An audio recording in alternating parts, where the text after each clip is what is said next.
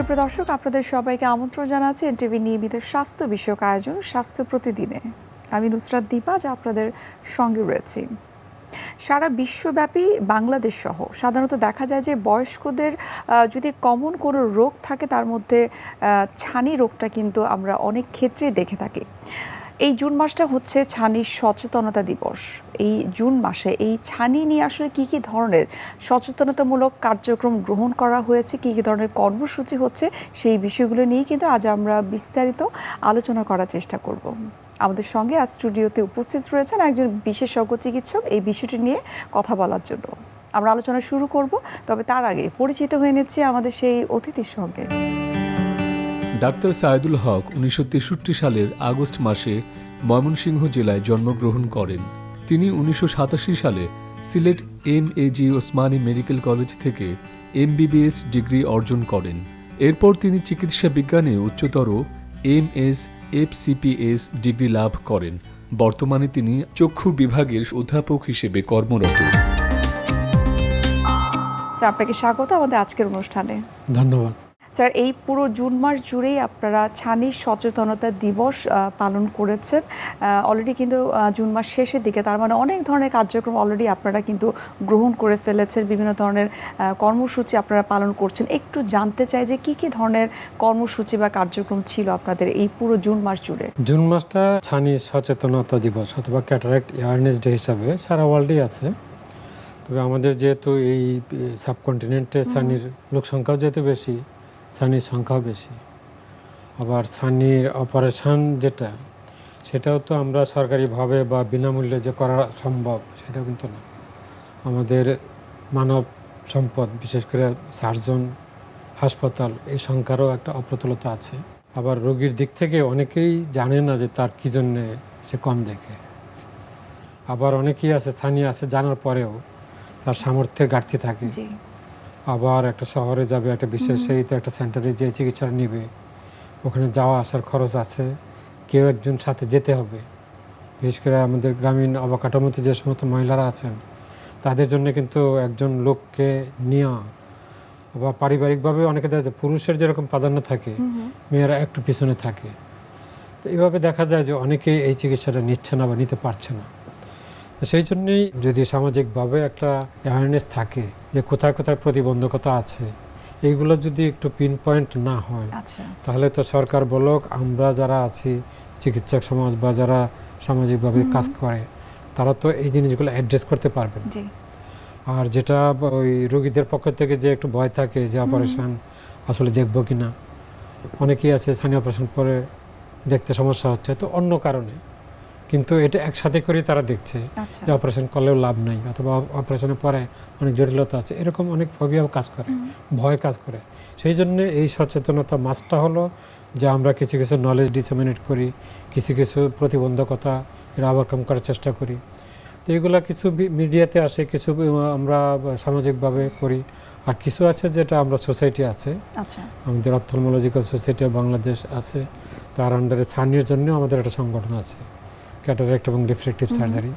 এরা এই মাসব্যাপী তাদের যে সমস্ত অবকাঠামো আছে, হাসপাতাল বেশ সাধারণত বেশি হয়, আর মিডিয়াতে যখন আমরা যেখানে যতটুকু সুযোগ পাই আমরা চেষ্টা করে যাচ্ছি। আচ্ছা, সেটা কি বাংলাদেশের প্রত্যেকটা জেলা উপজেলা পর্যায়ে কি আসলে এই দিবসগুলো পালন করা হচ্ছে বা কার্যক্রমগুলো পালন করা হচ্ছে? না, সামাজিকভাবে এতটা স্প্রেড করে নাই এখনো। কিন্তু আমরা যেটা বললাম যে আমাদের অবকাঠামো বা হাসপাতাল কেন্দ্রিক যেগুলো আমাদের চক্ষু বিশেষজ্ঞ আছে, তারা কিছু কিছু উদ্যোগ নিচ্ছে। ওখান থেকে হয়তো তারা মিডিয়াতে যারা কাজ করে তারা যেরকম মাঝে মধ্যে বলার চেষ্টা করছে, সমাজে যারা কিছু করে সংগঠন আছে, এরা হয়তো কিছু কিছু বলার চেষ্টা করছে, কিন্তু অতটা জোরালোভাবে এখনও এটা দৃশ্যমান নয়। তবে ছানি তো একটা সার্টেন লেভেল একটা সচেতনতা আমাদের আছে, কিন্তু এই যে প্রতিবন্ধকতাগুলো, এইগুলো আমাদের অ্যাড্রেস করার জন্য আরেকটু আমাদের কাজ করতে হবে। স্যার, সেই প্রতিবন্ধকতাগুলো আসলে কি কি? একটা আমরা যদি বাংলাদেশের পার্সপেক্টিভে দেখি, আমরা অনেক বছর যাবত দেখি বাংলাদেশে প্রায় 7.5 লক্ষ ছানি আছে যারা আমরা অন্ধ বলি, কিন্তু যারা একদমই কম দেখে, কাজ করতে পারে না। 6-18 আমরা যদি মাপি তাহলে 6-18 বা তার চেয়ে কম। কিন্তু ছানি অপারেশন করলে যারা একটু কম দেখে, কাজ করতে পারে কিন্তু ছানি আছে, এটাকে কিন্তু আমরা অন্ধ বলি না, তাদেরকে বলি ভিজুয়াল ইম্পেয়ার। সে কম দেখে কিন্তু সে কাজ করতে পারতেছে। আরেকটা গ্রুপ হলো সে কাজ কাম তার সাসপেন্ড হয়ে গেছে, এরা হলো অন্ধ। এটা কিন্তু স্থায়ী অন্ধ না। আমরা যদি ওই সানিটা অপারেশন করে যদি লেন্স বসায় দিই আবার সে চালু হয়ে গেল, তার মানে কি এই অন্ধত্বটা অস্থায়ী। আমরা যদি অপারেশনটা করে দিই তাহলেই আর এই অন্ধত্বটা নিবারণ হয়ে যাবে। তো এখন যেটা হচ্ছে এই যে বললাম যে 7.5 লক্ষ প্রায় আমাদের পিছনে আছে যেগুলা পেন্ডিং, আচ্ছা, আর প্রতি বছর যোগ হচ্ছে আরও 1.5 লাখ। তা আমরা কিন্তু প্রতি বছর যে অপারেশনটা করি তাতে ওই ব্যাকলগটা আমাদের গাড়ি থেকেই যায়। এই সংখ্যাটা কিন্তু অনেক বেশি, 7.5 লক্ষ। 7.5 লক্ষ হলো ব্যাকলগ, আর প্রতি বছরই যোগ হচ্ছে। আচ্ছা, তাহলে এই যে একটা বিশাল একটা মানে বার্ডেন জাতির উপরে, এরা তো কাজ করতে পারতেছে না। সানির জন্য যে বসে আছে সে তো তার পরিবারে কন্ট্রিবিউট করতেছে না, জি, কোনো কাজ থাকলে সেখান থেকে সে সাময়িকভাবে বিরত আছে, তাহলে তো ন্যাশনাল লস। তা আমরা চাচ্ছি যে এই জায়গাটায় কাজ করতে। এখন যেটা হচ্ছে যে আমরা তো এত সামর্থ্য নাই যে সবাইকে বিনামূল্যে দিয়ে দিতে পারবো, অবকাঠামোর ওইভাবে নাই। এখন যেটা দেখা যায় যে যারা সামর্থ্যবান তারা একটা বেশিরভাগ অংশই তারা নিজের থেকে অত হাসপাতালে যাক বা প্রাইভেট এতে সেট আপে আসুক তারা নিচ্ছে, কিন্তু একটা গ্রুপ আছে যাদের সামর্থ্য নাই, এই সংখ্যাটা অনেক। আর একটা যারা অবহেলিত এবং তাকে যে হাসপাতালে নিয়ে যাবে সেটা সে অ্যাভয়েড করে, কারণ হলো ওইটা হয়তো তার খরচ বাড়ে, অথবা তার ওরকম নেবার নাই যে তাকে সাহায্য করবে, অথবা সাহায্য করবে যে এখন কাজ আছে 1 মাস পরে, 2 মাস পরে, 3 মাস পরে, এভাবে পিছিয়ে যাচ্ছে। এই জন্যে আমরা চেষ্টা করতেছি যে এই লোকগুলাকে যাতে নিয়ে আসা যায়। বিভিন্ন এনজিও আছে, সরকারি ব্যবস্থাপনায় আমরা যদি প্রচারটা হয়, বিনামূল্যে প্রচুর অপারেশন কিন্তু সরকারি হাসপাতালে হচ্ছে, কিন্তু ওই যার সমস্যা সে কিন্তু অনেকেই জানে না যে এটা হাসপাতালে গেলে যাতে বিনা চিকিৎসা হবে। আচ্ছা, তো এই মেসেজটা তো তার কাছে পৌঁছাইতে হবে। আমাদের চোখের অপারেশন একটা সুবিধা আছে, এটা কিন্তু ডে কেয়ার, ওর ভর্তি লাগবে না। সে আসলে আমরা যদি আগে পরীক্ষা করে রাখি, সে আসলে অপারেশন করে দিলে 2 ঘন্টা পর চলে যেতে পারবে। এখন এটা বিদেশে কিন্তু এখন ভর্তি করেন, আমরাও ভর্তি করি না, জি, এটা ডে কেয়ার হিসেবে চলে যায়। কিন্তু আমি যখন একটা সেন্টার দিতে চাই তখন কিন্তু একটা 10 বেডের হাসপাতাল লাগে। তো 10 বেডের হাসপাতাল মিনিমাম যদি হয় তার প্রপোর্শনেটলি স্পেস লাগবে, নার্স লাগবে, বিশাল হাসপাতাল কর্মযোগ। কিন্তু আমার তো লাগবে একজন কনসালটেন্ট, 1 বা 2 নার্স, 1 বা 2 প্যারামেডিক্স, একটা মাইক্রোস্কোপ, একটা ফ্যাকো মেশিন, আর যদি কোনো ক্ষেত্রে দরকার হয় অন করলে একজন অ্যানাস্থেটিস্ট। এইটুকু দিয়ে আমি তো 2000-3000 স্কোয়ার ফিটের একটা জায়গার মধ্যেই অপারেশন থিয়েটার করে আমি করতে পারি। এবং এই মডেলটা যদি আমরা সদর হাসপাতালে করতে পারি বা তার কাছাকাছি, উপজেলার লেভেলেও তো এটা করা সম্ভব। কিন্তু এই যে মডেলটা, যে ডে কেয়ার একটা প্র্যাকটিস, এটা কিন্তু আমাদের দেশে ওই সরকারিভাবে মানে লাইসেন্স যেটা, এখানে একটু প্রতিবন্ধকতা আছে। তো আমরা যদি ডে কেয়ার মডেলটাকে একটা লাইসেন্সের আওতায় নিতে পারি তাহলে কিন্তু আমরা একদম উপজেলা পর্যন্ত এই মডেলটা যেতে পারি। তো সপ্তাহে যদি আমি 2 দিনও অপারেশন করি তাহলে কিন্তু ওই যে গরিব রোগী যেগুলো শহরে আসতে অসুবিধা হচ্ছে, তো এই বার্ডেনটা কিন্তু আমরা খুব সহজেই আমরা রিমুভ করতে পারতাম। যে লাইসেন্সের কথা আপনি বলছেন, সেই লাইসেন্সের বাস্তবায়নটা যেন হয়, সেই ধরনের কোনো প্রস্তাবনাকে আপনারা আসলে স্বাস্থ্য অধিদপ্তর বা মন্ত্রণালয়ে পেশ করেছেন কিনা কোনো আবেদন? কয়েক বছর আগের থেকে একটা প্রস্তাবনা ছিল, এটা উদ্যোগটা নেওয়ার পরে আরও অনেকটা সাবজেক্ট মিলিয়ে প্রপোজটা উঠছিল, কিন্তু অন্যান্য সাবজেক্টে কিন্তু এটা এত ইজি না। আচ্ছা, চোখের শুধু ছানির জন্যে এটা ফিজিবিলিটি আছে, কিন্তু অন্যান্য ইএনটি আছে বা অন্য সাবজেক্ট যারা সার্জিক্যাল ইয়েতে আছে তাদের জন্য এটা কমফোর্টেবল নাও হতে পারে। আচ্ছা, কিন্তু চোখের এবং শুধু ছানির চিন্তাটা যদি করি তাহলে এটা রুট লেভেলে যাইতে হবে। আর অন্য ফ্যাকাল্টিতে কিন্তু রুট লেভেলে এত সার্জিক্যাল অপশন দরকার পড়ে না, কিন্তু আমাদের চোখের কিন্তু সার্জিক্যাল অপশনটা, অপারেশনের প্রয়োজনটা একদম গ্রাসরুট লেভেল পর্যন্ত দরকার। সেই জন্য এটা হইলে খরচ অনেক কমে যাবে। একটা আমি যদি 1000-1500 স্কোয়ার ফিটের জায়গার মধ্যে যদি এইটুকু করি, আমার তো রুটিন স্টাফ লাগবে না, এত লিমিটেড স্টাফের উপরে হলে আমার এক্সপেন্ডিচার কমে যাবে। তাহলে খুব সাশ্রয়ী অবস্থায় আমি এই সার্ভিসটা দিতে পারবো। তবে এই ডে কেয়ার মডিউলটা নিয়ে আমরা চিন্তা ভাবনা করতেছি।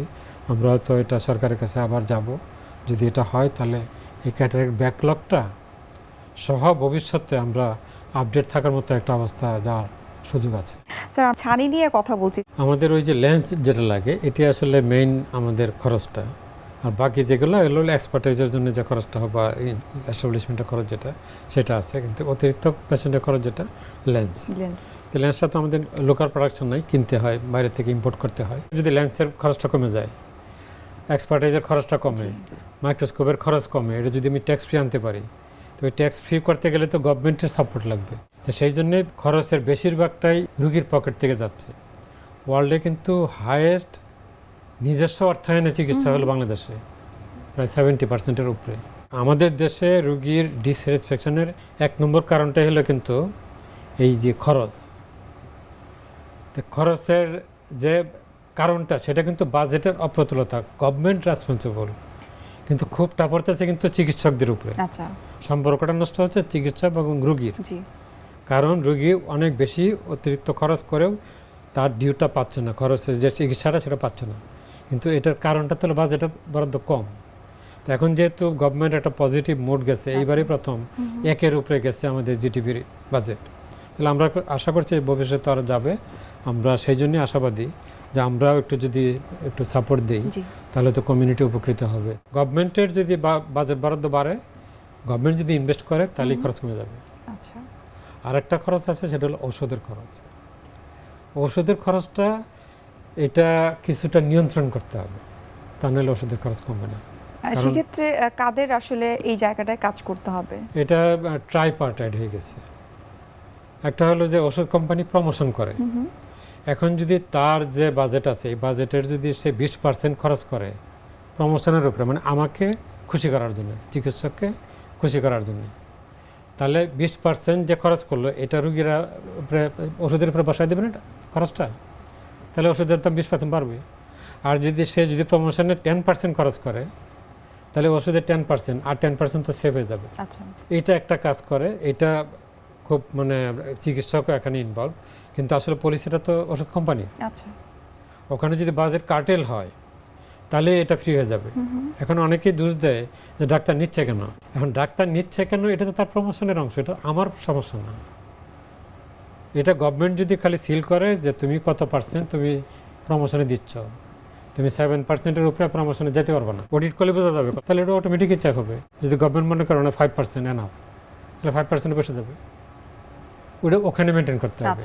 আর একটা করে তারা যুগ সাজসে ঔষধ প্রশাসন যারা আছে তাদের সাথে যুগ সাজসে ওভার প্রাইসিং করে, প্রফিট মার্জিন বেশি নেই। স্যার, এই বিষয়গুলো আরেকটু বিস্তারিত জানার চেষ্টা করবো। এই পর্যায়ে আমরা দেখে নিচ্ছি আমাদের স্বাস্থ্য প্রতিদিনের নিয়মিত আয়োজন, কি খাবেন কেন খাবেন, এই সেগমেন্টটি। সুপ্রিয় দর্শক, আপনারা দেখছেন স্বাস্থ্য প্রতিদিন। এই পর্যায়ে আমরা দেখে নিচ্ছি বিভিন্ন খাদ্যের পুষ্টি গুণাগুণ নিয়ে আমাদের পুষ্টিবিদের পরামর্শ। চোখ, আমরা ছোটবেলা থেকে এই চোখের যত্ন নিব, কারণ চোখ যদি একবার অসুস্থ হতে শুরু করে তাহলে এই অসুস্থ চোখকে সুস্থ করাটা খুবই কঠিন হয়ে পড়ে। অনেক সময় সেটি কিন্তু দুঃসাহ, একদমই হওয়া সম্ভব হয় না। চোখের যত্ন নিতে আমাদের ছোটবেলা থেকে শিশুর চোখের যত্ন নেওয়াটা খুব জরুরি। আমাদের গভর্নমেন্ট থেকে কিন্তু ওই ভিটামিন এ ক্যাপসুল খাওয়ায়, তারপরেও বড় হতে হতে আমরা অনেক সময় ভিটামিন এ জাতীয় খাবারের কন্টেন্টটা যেটি আমাদের রাখা দরকার সেটা কিন্তু অনেক সময় খাই না, অথবা অনেক সময় বুঝি না, অনেক সময় করি না, এরকম এই যে করি না, জানি না, এতে কিন্তু চোখের অসুবিধাগুলো হতেই থাকে। তাহলে যদি আমরা চোখের যত্ন নিতে হয় তাহলে ছোট থেকেই কিন্তু নেওয়া ভালো। সো খাদ্য তালিকায় কী রাখবো এই চোখের যত্নে? চোখের যত্নে সবাই জানি ভিটামিন এ ছাড়া কিন্তু চোখের সুস্থতা কখনোই সম্ভব না। এই চোখের যত্নে আমরা খাদ্য তালিকায় রাখতে হবে একটু কালারফুল সবজি, কালারফুল ফলগুলো। কালারফুল বলতে ধরেন আমরা যে খাবারগুলো খাই সবই কিন্তু গ্রিন, যেরকম ধরেন লাউ, চাল কুমড়া, পটল, এগুলো কিন্তু সবই সবুজ, যেটি শরীরের জন্য যথেষ্ট প্রয়োজন। কিন্তু এর বাইরেও কিন্তু কিছু কালার আছে, একটু ভালো করে দেখেন। আপনি টমেটোর কথা ভাবেন, আপনি একটু বিট ভাবেন, আপনি একটু গাজর ভাবেন, সবই কিন্তু এখন একটু লাল, একটু হলুদ, একটু অরেঞ্জের দিকে কিন্তু চিন্তা করতে হবে। তারপরে গাঢ় যে আমগুলো, যেগুলো একটু পেকে গিয়েছে, এই আমগুলো যদি একটু চিন্তা করেন তাহলে কিন্তু প্রচুর পরিমাণে ভিটামিন এ পেয়ে যাবেন। এই পুরো গরমেই আমরা খাদ্য তালিকায় যদি গরমের ভিতরে আমের জুস এগুলো যদি একটু রাখি তাহলে ছোট বড় সবাই কিন্তু চোখের যত্নে যে ভিটামিন এর প্রয়োজনীয়তাটা সেটি কিন্তু ফিল আপ করতে পারবো। তাছাড়া আমাদের জাতীয় ফল কাঁঠাল তো আছে, কাঁঠাল অনেকেরই পছন্দ না, কিন্তু কাঁঠালের কিন্তু অনেক ধরনের আইটেম করা যায়, এটি কিন্তু খাদ্য তালিকা খুব রাখতে পারেন। এছাড়া যারা হলো সবসময় এই আম কাঁঠাল পাচ্ছি না, বা আম কাঁঠাল তো আসলে সারা বছর পাওয়া যায় না, তো আর কি খাবো এগুলো চিন্তা করছেন, সারা বছর কিন্তু পাওয়া যায় মালটা বা অরেঞ্জের যেই আইটেমগুলো আমরা থাকে সেইগুলো কিন্তু আমরা খাদ্য তালিকায় রাখতে পারি। তাছাড়া কলা, যেটি আমাদের সারা বছর পাওয়া পাওয়া যায়, সো কলা কিন্তু আপনার খাদ্য তালিকায় রাখতে পারেন। এছাড়া আপনি একটু মিক্স ফ্রুটস করতে পারেন, যে একটা ফল না খেয়ে আমি কয়েকটা ফ্রুটস খাই, সেটা যদি আপনি একটু ইয়োগার্ট দিয়ে বা আপনি যদি একটু মিষ্টি দই খান, যদি ডায়াবেটিস না থাকে, তাহলেও কিন্তু আপনার প্রোটিনের চাহিদাটাও পূরণ হয়ে যাবে। সো প্রোটিনের কথা বললাম এই কারণে যে আপনি যদি ভিটামিন এ যদি পেতে চান, তাহলে ভিটামিন এর সাথে আপনি যদি প্রোটিনটাও এনরিচ করতে পারেন খাদ্য তালিকায়, তাহলে আপনার শরীরটা যে প্রোটিনের ঘাটতি পড়লেও কিন্তু সেল ফাংশনগুলো খারাপ হতে শুরু করে। সেই অর্থে আমরা যদি ভিটামিন এ চাই, তার সাথে কিছু প্রোটিনও এনরিচ রাখতে হবে। খাদ্য তালিকায় প্রতিদিন একটা ডিম রাখেন, ডিমের কুসুমে যথেষ্ট পরিমাণে ভিটামিন এ পাবেন। সো আপনার শিশু হোক, আপনার বাসায় বয়োজ্যেষ্ঠ কেউ হোক, বা আপনি নিজেই হন, যদি একজন অ্যাডাল্ট হয়ে থাকেন, একটা খাদ্য তালিকায় কিন্তু ডিম একটা আদর্শ প্রোটিন। এই ডিম যদি আপনি সকালবেলা একটা ছোট কোনো একটা লাইট ফর্মে কিছু খান, যে আমি একটা এগ বয়েল নিব, অথবা যদি আপনি একটু ওয়াটার পোচ করে নেন, বা যদি একটু অল্প তেল দিয়ে একটু তেল পোচ করেও নেন, তাতেও কিন্তু খুব একটা অসুবিধা হয় না। সো ত্বকের যত্ন যেরকম আমাদের বিভিন্ন জিনিস দরকার, সেভাবে আপনার ত্বক, আপনার ব্রেন, আপনার পুরো বডিটাকে হেলদি রাখতে হলে কিন্তু আপনার প্রোটিন এবং ভিটামিন এ কিন্তু খুব ইম্পর্টেন্ট। সো চোখের যত্ন নিয়ে যখন আমরা চিন্তা করব, তখন আরও কিছু দরকার, সেটা হলো অ্যান্টিঅক্সিডেন্ট। আমাদের বিভিন্ন খাবারে কিন্তু অ্যান্টিঅক্সিডেন্ট পাওয়া যায়। এই যে এতক্ষণ যেই খাবারগুলো বললাম, এগুলোই যদি খাদ্য তালিকায় রাখেন, ভিটামিন এ ইটসেলফ এটা একটা অ্যান্টিঅক্সিডেন্ট। সো এগুলো যদি আমরা খাদ্য তালিকায় রাখি, আমাদের শরীরটা যেভাবে একদম সুস্থ থাকবে, সেভাবে থাকবে আমাদের চোখ। চোখের যত্ন নেবেন, চোখ পরিষ্কার রাখবেন, এবং চোখে প্রচণ্ড বাতাস এবং ধুলাবালি থেকে রক্ষা করার জন্য চোখটাকে সবসময় একটু খেয়াল রাখতে হবে। স্যার, আমরা ছানিজনিত যে অন্ধত্বটা দেখতে পাচ্ছি অনেক বেশি হচ্ছে, সেটাকে আসলে আমরা কিভাবে প্রিভেন্ট করতে পারি? আমরা ছানিটা সরিয়ে দিয়ে এখানে একটা লেন্স বসাই দিলাম, এটা প্রবলেমটা সলভ হয়ে যায়। কিন্তু শিশুদের বেলায় যদি সময় মতো ছানিটা অপারেশন না করা হয়, তাহলে কিন্তু তার অন্ধত্বটা স্থায়ী হয়ে যাবে। আচ্ছা, যে শিশুদের বেলায় ওয়েট করা যাবে না, এটা হলো 1 নম্বর মেসেজ। 2 নম্বর হলো যে শিশুদের অপারেশনের বেলায় বাবা মা খুব স্কেয়ার থাকে। এই জায়গাটায় চক্ষু বিশেষজ্ঞের সাথে তার আরও এঙ্গেজমেন্ট, তার আরও মানে নিবিড়ভাবে কনসালটেশনটা দরকার। আর বয়স্কদের যে ছানি যেটা, এটা তো আমরা বলছি যে, কিন্তু অনেকেই যেটা হয় যে ডায়াবেটিক রেটিনোপ্যাথি থাকে, গ্লুকোমা থাকে, অন্যান্য অন্ধত্ব এটার পিছনেই থাকে। যেহেতু ছানিটা সামনে থাকে, মনে করে যে ছানির জন্যই, কিন্তু ছানি অপারেশন করার পরে দেখা গেল যে ওই ডায়াবেটিসের জন্য যে সমস্যা, গ্লুকোমা জনিত অন্ধত্ব, অথবা স্নায়ুর দুর্বলতা আছে, অপটিক অ্যাট্রফি, বিভিন্ন কারণে যেগুলো স্থায়ী অন্ধত্ব, সেইগুলো এটার পিছনে আছে। তখন মনে করে যে অপারেশন করে তো লাভ হলো না। আবার অনেকেই মনে করে যে অনেক টাকা দিয়ে খরচ করছি, কোনো একটা কমপ্লিকেশন হলো, মনে করলো যে চোখটা তো আগে তাও কিছু দেখতাম, এখন তো কিছু দেখে না। কারণ যদি ছানি অপারেশনে কমপ্লিকেশন হয়, তাহলে কিন্তু বিশেষ করে ইনফেকশন হলে এটা কিন্তু একদম লস, খুব মানে কম সুযোগ থাকে এটাকে রেস্কিউ করা। যাদের দারিদ্রতা আছে, তারা কিন্তু এই চিকিৎসাটা খুব ভালো নিতে পারে না, তারা ওই ভয়ে পিছিয়ে যায়, সেই জন্য তারা মনে করে যে খুব বেশি লাভ নাই। স্যার, আমরা অনুষ্ঠানে একেবারে শেষ পর্যায়ে আপনাকে অসংখ্য ধন্যবাদ, এবং সেই সাথে শুভকামনা এনটিভির পক্ষ থেকে। ধন্যবাদ। সুপ্রিয় দর্শক, এতক্ষণ আপনারা দেখছিলেন এনটিভি নিয়মিত স্বাস্থ্য বিষয়ক আয়োজন স্বাস্থ্য প্রতিদিন। এই পর্যায়ে আমরা দেখে নিচ্ছি আমাদের আগামী পর্বে কি থাকছে। যে যারা প্রথম গর্ভধারণ করছে, প্রথমবারে অনেকের মুখেই, মানে বেশিরভাগ মেয়েদের মুখেই কিন্তু এই ধরনের সমস্যা তৈরি হয়। বিশেষ করে এই হরমোনাল চেঞ্জের কারণে মাড়িতে এক ধরনের প্রদাহ তৈরি হয়, আমরা প্রেগনেন্সি ইপিউলিস বলি। খুব কমনই এটা, অনেকের মধ্যে এটা দেখা যায় যে দুই দাঁতের মাঝখানের মাড়িগুলো একটু ফুলে যায়, ব্রাশ করলে রক্ত পড়ে, থুতু ফেললে একটু রক্ত আসে, দাঁতের ফাঁকে খাবার জমে যায় এবং মুখে দুর্গন্ধ। এই সবগুলি আসলে প্রেগনেন্সির সময় আসলে খুব কমন একটি বিষয় হিসেবে আমাদের কাছে চিহ্নিত হয়। বিশ্বের যে কোনো প্রান্ত থেকে যে কোনো সময় এনটিভি জনপ্রিয় অনুষ্ঠান স্বাস্থ্য প্রতিদিন দেখতে আপনারা ভিজিট করতে পারেন আমাদের পূর্ণাঙ্গ পোর্টাল www.ntvbt.com এ। এছাড়াও এনটিভির বিভিন্ন ধরনের জনপ্রিয় অনুষ্ঠান এবং নিউজ আপডেট পেতে আপনারা ভিজিট করতে পারেন আমাদের ইউটিউব চ্যানেল এবং ভেরিফাইড ফেসবুক পেজে। দর্শক, আজ এখানে শেষ করছি, দেখা হবে আবারও আপনাদের সঙ্গে। সে পর্যন্ত আপনারা সবাই ভালো থাকুন, সুস্থ থাকুন। আল্লাহ হাফিজ।